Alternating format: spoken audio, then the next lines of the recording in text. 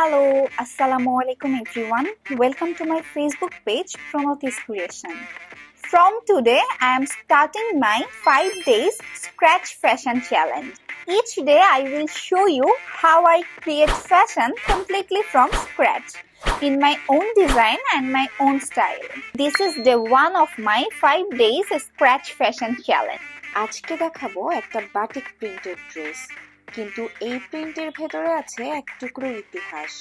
আমি নিজেই ডিজাইন এঁকে ফেলি, কিভাবে কাট হবে আর কিভাবে ফিট করবে আমার শরীরে। এরপর দর্জির হাতে দিয়ে দিলাম আমার ডিজাইনটি। সো বেসিক্যালি বাটিকের এই ডিজাইনটিকে শিবুরি বলে।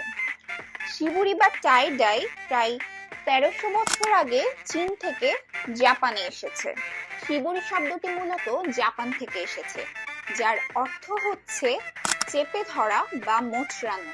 প্রায় 8ম শতাব্দী থেকেই জাপানের মানুষ শিবুরি ব্যবহার করত, কারণ তখন কাপড় ও রং দুটোই ছিল খুব বেশি দামি। মূলত পুরাতন কাপড়কে নতুন করে তুলতে তারা কাপড়ে ভাঁজ দিত, গিট দিত এবং ইন্ডিগো রঙে চুবাতো। মূলত সেখান থেকেই জন্ম নেয় শিবুরির জাদু। প্রতিটি ভাঁজ আর বাঁধনে তৈরি হয় এক একটা ইউনিক ডিজাইন। সো বেসিক্যালি বাটিকের কাপড় চুজ করার পেছনে আমার কিছু কারণ রয়েছে। বর্তমানে বাংলাদেশে প্রচন্ড পরিমাণে গরম পড়তেছে, তো আমার প্ল্যানিং ছিল এমন কিছু যেটা আমি পরবো, স্টাইল করব এবং আমার গরমও কম লাগবে। আর ছোটবেলা থেকে আমার বোনকে আমি অনেক ফলো করতাম।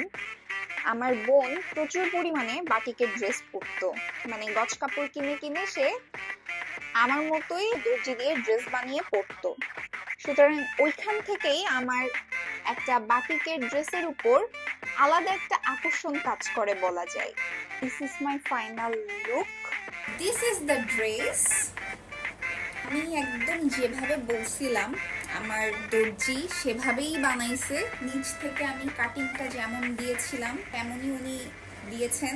এটাকে আমি পেয়ার আপ করব এই প্যান্টটার সাথে। প্রত্যেকটা ড্রেসের সাথে আমি এই যে স্কার্ফ পরি, এটার সাথে মিল রেখেই এই যে স্কার্ফটাও বানিয়ে নিয়েছি।